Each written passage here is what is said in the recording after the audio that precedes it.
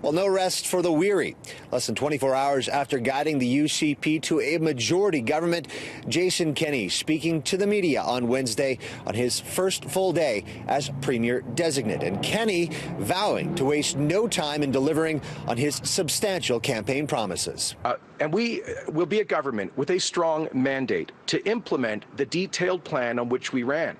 Jason Kenney beaming in the wake of his government's decisive majority win Tuesday night, vowing to get to work immediately. His cabinet will be sworn in on April 30th. Then they'll implement the new UCP government's first two bills. So bill number one in that legislature session will be the Carbon Tax Repeal Act. Bill number two will be the Open for Business Act. But Kenney appeared to shift course on another campaign promise. While he will implement Bill 12, the so-called turn off the taps legislation, he has no immediate plans to cut off oil shipments to BC. It's not our intention to begin with reducing energy shipments to British Columbia, but to have the power to do so.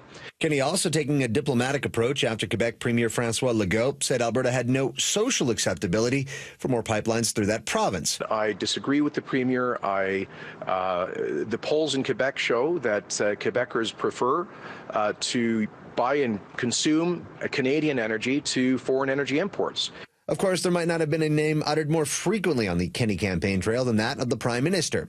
Kenney confirming that he had a, quote, respectful conversation with Justin Trudeau following the election win, discussing market access for Alberta Energy and C-69, and again, taking a less confrontational tone in his new role as Premier. We will begin with the path of diplomacy and try to find common ground.